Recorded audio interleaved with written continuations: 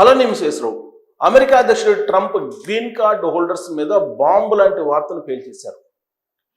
ఇక నుంచి నేరాలకు పాల్పడినటువంటి వాళ్ళకి గ్రీన్ కార్డు ఉన్నా సరే రద్దు చేస్తాను అని చెప్పి ఆయన అనౌన్స్ చేసేశారు.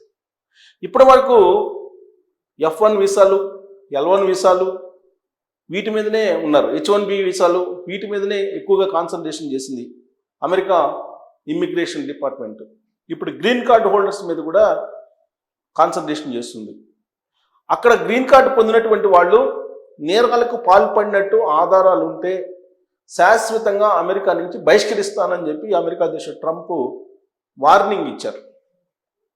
మరోవైపు గ్రీన్ కార్డు నుంచి సిటిజన్షిప్ పొందడానికి కేవలం అప్లికేషన్ పెట్టుకోవడానికి ఉండేటువంటి ఫీజుని 75% పెంచేశారు. ఆల్మోస్ట్ $760 అలా ఉండేదాన్ని ఇప్పుడు $1,330 సుమారుగా పెంచేసినట్టు వార్తలు వస్తున్నాయి.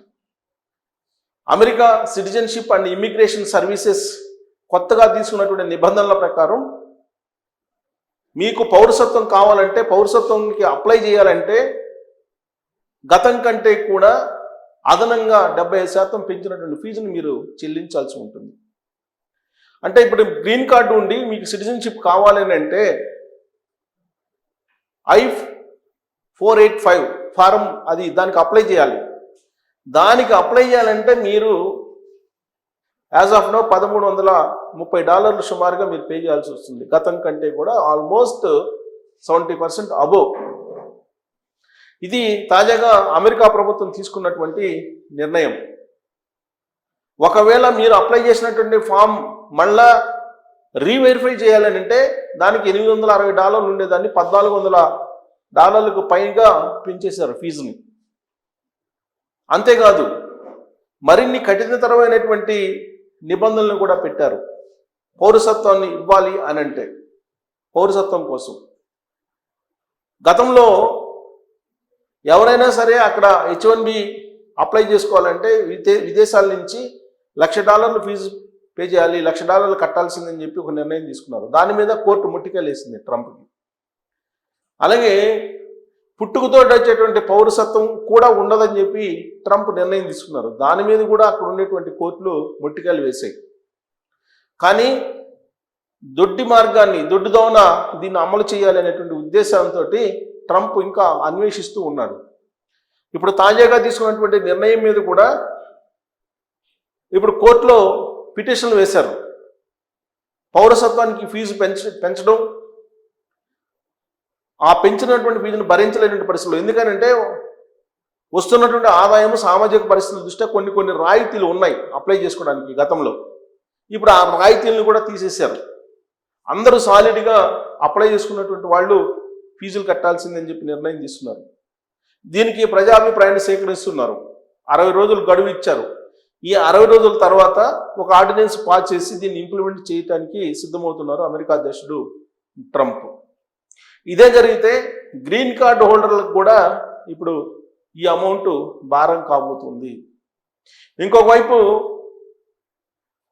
అక్కడ ఉండి గ్రీన్ కార్డుకి అప్లై చేసుకునేటువంటి వెసులుబాటు ఉండేది గతంలో. ఇప్పుడు దాన్ని కూడా తీసేశారు. అక్కడ ఉండేటువంటి H1B కానీ L1 హోల్డర్స్ కానీ వాళ్ళు మాత్రం అక్కడ ఉండి అప్లై చేసుకోవచ్చు గ్రీన్ కార్డుకి. ఒకవేళ గ్రీన్ కార్డుకి అప్లై చేసుకుంటే దాన్ని యాక్సెప్ట్ చేయాలా పర్లేదా అనేది అక్కడ ఉండేటువంటి హోమ్ల్యాండ్ సెక్యూరిటీ అధికారుల యొక్క విచక్షణ మీద ఆధారపడి ఉంది.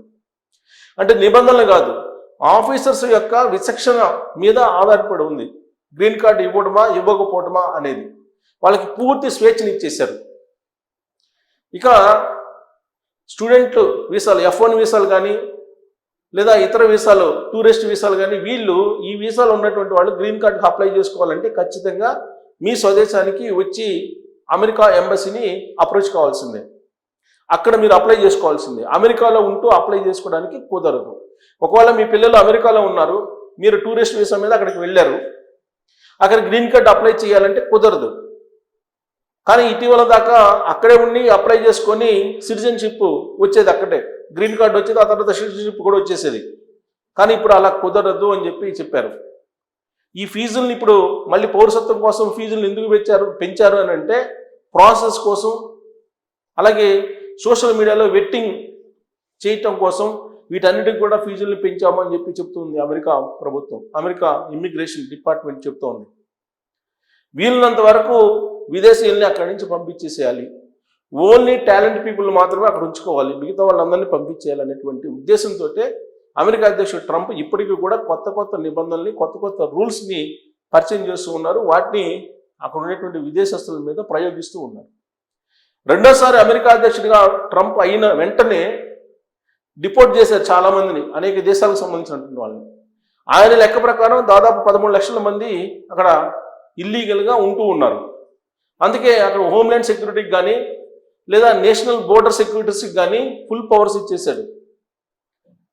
చాలామంది విదేశాల నుంచి వెళ్ళినటువంటి వాళ్ళు అమెరికా ఎయిర్పోర్ట్ నుంచి తిరిగి వచ్చినటువంటి సందర్భాలు ఉన్నాయి రెండోసారి అమెరికా అధ్యక్షుడిగా ట్రంప్ అయిన తర్వాత. అలాగే అమెరికా ఎంబసీల్లో ఇంటర్వ్యూ స్లాట్లు కూడా రీసెంట్ వరకు కూడా లేవు. నెక్స్ట్ మంత్ నుంచి ఇంటర్వ్యూ స్లాట్లు ఇస్తూ ఉన్నారు. దానికి కూడా మళ్ళా అదనంగా $750 కడితే 10 రోజుల్లో మీకు ఫస్ట్ కమ్ ఫస్ట్ అన్నట్టుగా 10 రోజుల్లోనే మీకు ఆఫీసులో, ఎంబసీ ఆఫీసులో ఇంటర్వ్యూలు పెట్టేటువంటి వెసులుబాట్లు కల్పించారు. అంటే మనీ మేక్ మెనీ థింగ్స్ అనే పాలసీని అమెరికా అధ్యక్షుడు ట్రంప్ అమలు చేస్తున్నారు. గ్రేట్ అమెరికా మేక్ అగైన్ కాదు, మనీ మేక్ మెనీ థింగ్స్ అన్నట్టుగా ఆయన వ్యవహరిస్తున్నారు. ఎందుకంటే అమెరికా ఆర్థికంగా సంక్షోభంలోకి వెళ్ళిపోయింది. మేడిపండు లాంటి ఆర్థిక వ్యవస్థ అమెరికాకి ఉంది. పైగా ఇరాన్ తోటి ఈ మధ్యకాలంలో యుద్ధం చేసి భారీగా నష్టపోయింది. ఆ నష్టం ఎంత అనేది కూడా పెంటాగన్ చెప్తుంది, అలాగే అమెరికా ప్రభుత్వం కూడా చెప్తుంది. ఈ నష్టం నుంచి బయటపడాలి, అగ్రరాజ్యంగా అమెరికా ఉండాలి, అంతర్జాతీయ మార్కెట్లో డాలర్ని నిలపాలి అని అంటే ఖచ్చితంగా ఇలాంటివన్నీ పెంచుకుంటూ వెళ్ళాలనేది ట్రంప్ యొక్క ఆలోచన. అందుకే ఆయన ఇప్పుడు ముబ్బడిగా అన్నీ పెంచుకుంటూ వెళ్ళిపోతూ ఉన్నారు. సిటిజన్షిప్ దగ్గర నుంచి అన్ని రకాల పెంపుదలలో ఆయన అనౌన్స్ చేస్తూ ఉన్నారు. అమెరికాలో ల్యాండ్ కావడానికి 1.25 లక్ష కండిషన్స్ పెడుతున్నారు. గతంలో ఎప్పుడు లేని విధమైనటువంటి కండిషన్స్ని ఇప్పుడు పెడుతున్నారు. ఈ కారణం చేత డాలర్ డ్రీమ్, అమెరికా కళ అనేది చెదిరిపోతుంది. చాలామందిలో ప్రత్యామ్నాయ మార్గాలను చూసుకుంటున్నారు. ఈవెన్ అమెరికాలో ఉండేటువంటి వాళ్ళు కూడా, చాలామంది సిటిజన్షిప్ ఉండేటువంటి వాళ్ళు కూడా అమెరికాని వీడి కొన్ని సేఫెస్ట్ దేశాలకు వెళ్ళిపోతున్నారు అనేది తాజా రిపోర్టు. సిటిజన్షిప్ ఉన్నోళ్ళు కూడా. దానికి కారణం ఏంటంటే అమెరికాలో ట్రంప్ తీసుకున్నటువంటి నిర్ణయాల కారణంగా అక్కడ సిచ్యువేషన్స్ బాగలేవు అనేటువంటి ఉద్దేశంతో ఈ ఏడాది 1 సంవత్సరమే దాదాపుగా 1,30,000 మంది అమెరికాని వీడి వెళ్ళిపోయారు విదేశాలకు అనేది కూడా వినిపిస్తుంది. ఇలాంటి పరిస్థితుల్లో మన వాళ్ళు అమెరికా వెళ్ళాలనేటువంటి ఆలోచన నుంచి అయితే పక్కకు రావట్లేదు. ఇవాళ కూడా ఇన్ని కండిషన్స్ మధ్య కూడా అమెరికాకి వెళ్ళాలనే ఆలోచనతో ఎక్కువ మంది ఉన్నారు. అయితే కొత్తగా ట్రంప్ పెట్టేటువంటి కండిషన్స్ ఏవైతే ఉన్నాయో ఈ కండిషన్స్ అన్నీ కూడా గ్రీన్ కార్డు హోల్డర్స్ని కూడా బంబేలు ఎత్తిస్తూ ఉన్నాయి. ఈ JD1s కానీ లేదంటే ట్రంప్ కానీ గ్రీన్ కార్డు ఉన్నంత మాత్రాన మీరేమి శాశ్వత పౌరులు కాదు అని చెప్పి ఆయన చెప్తున్నారు. వాళ్ళిద్దరూ చెప్తూ ఉన్నారు. అందుకే ఇప్పుడు గ్రీన్ కార్డు హోల్డర్స్ కూడా అమెరికాలో ప్రశాంతంగా నివసించేటువంటి పరిస్థితి లేదు అనేటువంటిది తాజాగా ట్రంప్ చేసినటువంటి ప్రకటన ఆధారంగా చేసుకొని కనిపిస్తూ ఉంది. సో దీని మీద మీరు కామెంట్ చేయొచ్చు. Thank you.